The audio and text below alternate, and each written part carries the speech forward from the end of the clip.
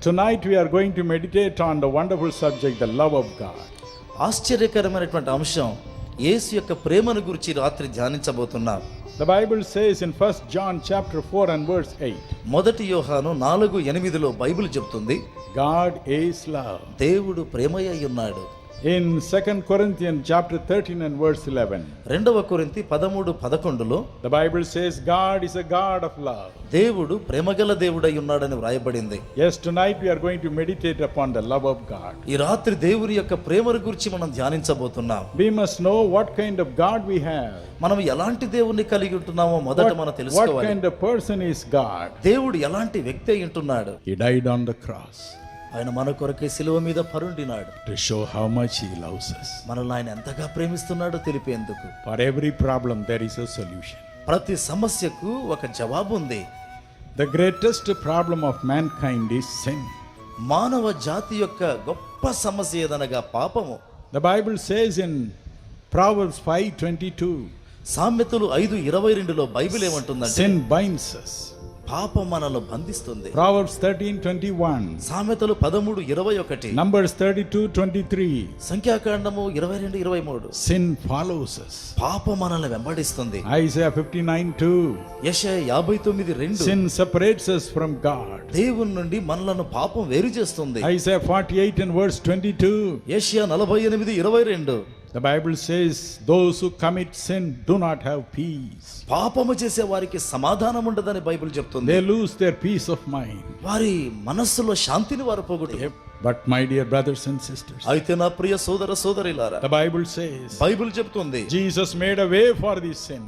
ఈ పాపము నిమిత్తమై దేవుడు ఒక మార్గాన్ని 1 ఏర్పరిచాడు. Peter chapter 2 and verse 24 says, మొదటి పేతురు 2:24 చెప్తుంది, every sin was laid upon Jesus. ప్రతి పాపము యేసు మీద మోపబడింది. He took it upon the cross upon himself. ఆయన మీద సిలువలో వేలాడుతుండగా మోపబడింది. In Isaiah 53 and verse 5, యెషయా 53:5 the Bible says బైబిల్ చెప్తుంది, he was wounded for our transgression. మన యొక్క అతిక్రమముల నిమిత్తమై ఆయన He గాయపరచబడెను. was bruised for our iniquity. మన పాపముల నిమిత్తమై ఆయన నలుగగొట్టబడెను. Oh, he died a miserable death on the cross. సిలువలో ఆయన ఎంతో దౌర్భాగ్యకరమైన చావును పొందాడు. Because he took our sins and iniquities upon himself. ఎందుకంటే తన మీదనే మన పాపములను అతిక్రమములను ఆయన భరించాడు. Only for that he died on the cross. దాని కొరకే ఆయన సిలువలో చనిపోయాడు. On the 11th February 1955, 11వ తారీఖు ఫిబ్రవరి 55వ సంవత్సరంలో life became bitter for me. నా జీవితం దౌర్భాగ్యకరంగా మారింది. I was a failure in education. నా విద్యలో నేను ఓడిపోయిన వ్యక్తిని. I was an unemployed man. నేను నిరుద్యోగిగా ఉండినాను. I was a sick person. నేను వ్యాధిగ్రస్తున్నై ఉండినాను. Just 20 years old. 20 సంవత్సరాల వయస్సే. And poverty was raging in my home. నా యొక్క ఇంటిలో పేదరికం తాండవిస్తా ఉంది. My father was a simple teacher. నా తండ్రి అయితే సామాన్యమైన teacher. I know what is poverty. ఆయన పేదరికం ఏదో నాకు తెలుసు. I said it's enough. ఇక చాలనుకున్నాను. Let me go and kill myself. నేను వెళ్ళి నన్ను చంపుకుంటాననుకున్నాను. I ran towards the railroad. ఇదిగో రైల్వే మార్గం గుండా పరిగెత్తినాను. I want to jump before the train. ఇదిగో రైలుకి ఎదురుగా I want పడిపోవాలనుకున్నాను. to kill myself. నన్ను నేను చంపుకోవాలనుకున్నాను. On the way is my uncle's house. అయితే ఆ మార్గ దారిలో My నా uncle- అంకుల్ ఉంటున్నారు. My uncle is a police official. నా యొక్క అంకుల్ పోలీస్ అఫీషియల్ గా ఉన్నారు. I said I must see him. నేను చూడాలి ఆయన అనుకున్నాను. Before I die, I must see him. నేను చనిపోక ముందు ఆయన చూడాలనుకున్నాను. I saw him. ఆయన చూచాను. As usual, he loved me. మామూలుగానే ఆయన నన్ను ప్రేమించాడు. And he began to talk to me about Jesus Christ. యేసుక్రీస్తుని గురించి ఆయన మాట్లాడడం And the ప్రారంభించాడు. crucifixion of Jesus Christ. యేసుక్రీస్తు యొక్క సిలువ మరణాన్ని How he గురించి, died for every man. ప్రతి ఒక్కరికి ఆయన ఏ విధంగా చనిపోయాడు, How he died for every man's sin. ప్రతి మనిషిని పాపము నిమిత్తం ఏ విధంగా చనిపోయాడు. I asked him, ఆయన అడిగాను, Uncle, uncle will he enable me to pass my exam? ఎదుగా నా పరీక్షలో పాస్ అయ్యేందుకు ఆయన సహాయం చేస్తాడా? He said yes. అవునన్నాడు. Will he give me a job? నాకు ఆయన ఉద్యోగం ఇస్తాడా? He said yes. అవునన్నాడు. Will he heal my body? నా యొక్క శరీరాన్ని బాగు He చేస్తాడా? said yes. అవునని ఆయన అన్నాడు. I said, what should I do? నేనేం చేయాలన్నాను. Go back, my son. నా కుమారుడు తిరిగి వెళ్ళు, Kneel down in your room. నీ గదిలోకి వెళ్ళి మోకరించు, Ask Jesus Christ to show your own heart. నీ యొక్క హృదయాన్ని చూపమని ప్రభు యేసును అడగమన్నాడు. And when he shows your ఆయన sins, పాపములను నీకు చూపించినప్పుడు accept them. అంగీకరించు. Ask him to wash you with his blood. తన రక్తంతో కడుగుమని ఆయన వేడుకో అన్నాడు. 1 John 5:7 says, మొదటి యోహాను 5:7 చెబుతుంది, the blood of Jesus Christ cleanses you from all sin. యేసు రక్తము ప్రతి పాపము నుండి మిమ్మల్ని పవిత్రులుగా చేస్తుంది. I went home. నేను ఇంటికి తిరిగి I వెళ్ళినా, knelt down in my room. నా గదిలో మోకరించినాను. It was a small house. చాలా చిన్న ఇల్లు అండి. We had only 2 rooms. మాకు 2 గదులు ఉండేవి. And in that bedroom I knelt down. నా యొక్క పడక గదిలో నేను మోకరించి, I thought in my heart I have no sin. నేను నా హృదయంలో ఏమనుకున్నానంటే నాకు పాపమే లేదనుకున్నాను. And the Holy Spirit came. పరిశుద్ధాత్మ దేవుడు దిగి వచ్చాడు. God's presence came. దేవుని సన్నిధి దిగి వచ్చింది. And I looked into my past. నా గతంలోనికి నేను చూడగలిగినాను. I was only 20 years old. అప్పుడు నా వయసు 20 సంవత్సరాలు. But I saw my sin. నా పాపం అంతటి నేను చూచినాను. What I said at the age of 6 6 సంవత్సరాల వయసులో నేను ఏం చెప్పాను, and up to 20, 20 సంవత్సరాల వరకు every little sin I committed. నేను చేసిన ప్రతి పాపము, చిన్న I పాపం, cried and cried for 4 full hours. 4 పూర్తి గంటలు నేను ఏడ్చి ప్రార్థించాను. And a great peace came into my heart. నా హృదయంలోనికి గొప్ప సమాధానం వచ్చింది. And I became a changed person. నేనైతే మారిపోయిన వ్యక్తిగా అయ్యాను. This night, my children ఈ రాత్రి నా పిల్లలారా, who have fallen into sin, పాపములో పడిపోయిన వారులారా, who are bound by evil habits and addictions, చెడు అలవాట్లు బానిసత్వానికి చేత బంధించబడిన వారులారా, you can cry out to Jesus Christ tonight. యేసుక్రీస్తును చూచి రాత్రి కన్నీరు కార్చవచ్చు. By his death on the cross, he has made a way for you. సిలువలో ఆయన మరణము ద్వారా నీ కొరకు మార్గాన్ని The ఏర్పరిచాడు. blood of Jesus Christ will cleanse you from all sin. యేసు రక్తము మీ యొక్క ప్రతి పాపము నుండి మిమ్మల్ని పవిత్రులుగా The చేస్తుంది. Bible says in Leviticus chapter 17, 11 and 14, లేవి కాండము 17, 14లో బైబిల్ ఈ విధంగా అంటుంది, life of any person is in his blood. ఏ మనుషుని యొక్క జీవమైన అతని రక్తములో ఉంది. So life in the blood of Jesus Christ will cleanse you forever. యేసుక్రీస్తు యొక్క జీవమైన రక్తములో ఉండగా అది నిన్ను కడుగుతుంది. The Bible says బైబిల్ చెప్తుంది in Matthew chapter 8 and verse 17, Mattayi 8:17లో he took our infirmities ఆయన మన బలహీనతలను వహించినాడు, and bore our sicknesses also. మన యొక్క వ్యాధులన్నిటిని కూడా భరించినాడు. Sickness destroys the happiness of anyone.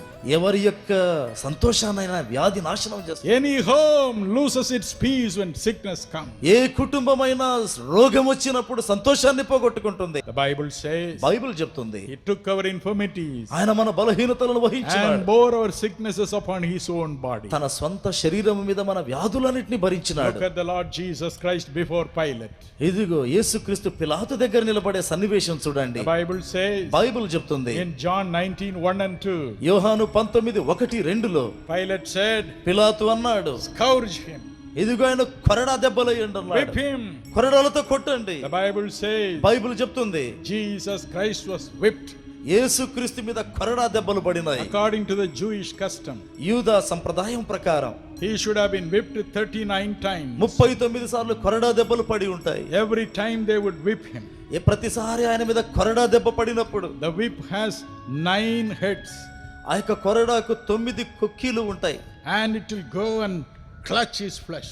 ఆ కొక్కీలు వెళ్ళి ఆయన యొక్క ఖండ మాంసములోనికి And ప్రవేశిస్తాయి. then he will pull it out. ఆ కొరడాను లాగినప్పుడు It will pull out the flesh in his body. ఆయన శరీరములోని మాంసమును లాగివేస్తాయి. How much it will pain. ఎంత నొప్పికరం అండి. Multiply 9 by 39. 39ని 9తో లెక్కించి చూడండి. How much it would have destroyed his back. ఆయన యొక్క వీపు భాగానది ఎంతగా నాశనం చేసి How ఉంటుందో, much flesh it would have pulled out. ఎంత మాంసానది లాగివేసి ఉంటుందో. But the Bible says అయితే బైబిల్ చెప్తుంది in Isaiah 53 and verse 7, యెషయా 53:7 ప్రకారం he never screamed, ఆయన కేకలేయలేదండి, never screamed in pain. ఆయన నొప్పితో అరవలేదండి. The Bible says బైబిల్ చెప్తుంది he kept his mouth shut, ఆయన తన నోటిని మూసుకున్నాడు, never screamed. ఆయన కేకలేయలేదు. So many films have been taken about the scourging of Jesus. యేసుక్రీస్తు మీద కొరడా దెబ్బలు పడేదాని గురించి అనేక సినిమాలు తీయబడినాయి. And in that you will see him groaning in pain. ఆ సినిమాలలో మీరేం చూస్తారంటే ఆయన నొప్పితో మూలగడం చూస్తారు. But the Bible says, అయితే బైబిల్ చెప్తుంది, the word of God says, దేవుని వాక్యం చెబుతుంది, he never groaned. ఆయన మూలుగలేదు. Never. కాదండి, He kept his mouth shut. ఆయన తన నోటిని మూసుకొని ఉన్నాడు. You know why? ఎందుకో తెలుసా? He thought of you and me.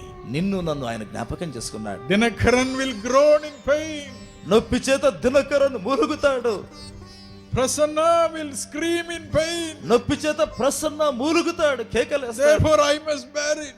కాబట్టి నేను దీన్ని I భరించాలి, must bear this pain ఈ నొప్పి నేను భరించాలి. so that they can be healed. ఎందుకనగా వారు స్వస్థపడాలి. I want them to be healed. వారు స్వస్థత పడడం నాకు I want కావాలి. my children to be నా healed. పిల్లలు స్వస్థపడడం కావాలి. Every pain should leave them. వారి యొక్క ప్రతి నొప్పి విడిచిపోవాలి. Every agony should leave them. వారి యొక్క ప్రతి దుఃఖము తొలగిపోవాలి. Let me bear it.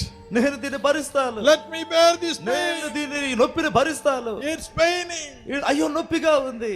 My brother, నా సహోదరుడా, my sister, నా సహోదరి, are you in pain tonight? ఈ రాత్రి నువ్వు నొప్పిలో ఉంటున్నావా? Is some wicked disease torturing you? ఏదో ఒక చెడ్డ వ్యాధి నిన్ను బాధ పెట్టుతా ఉందా?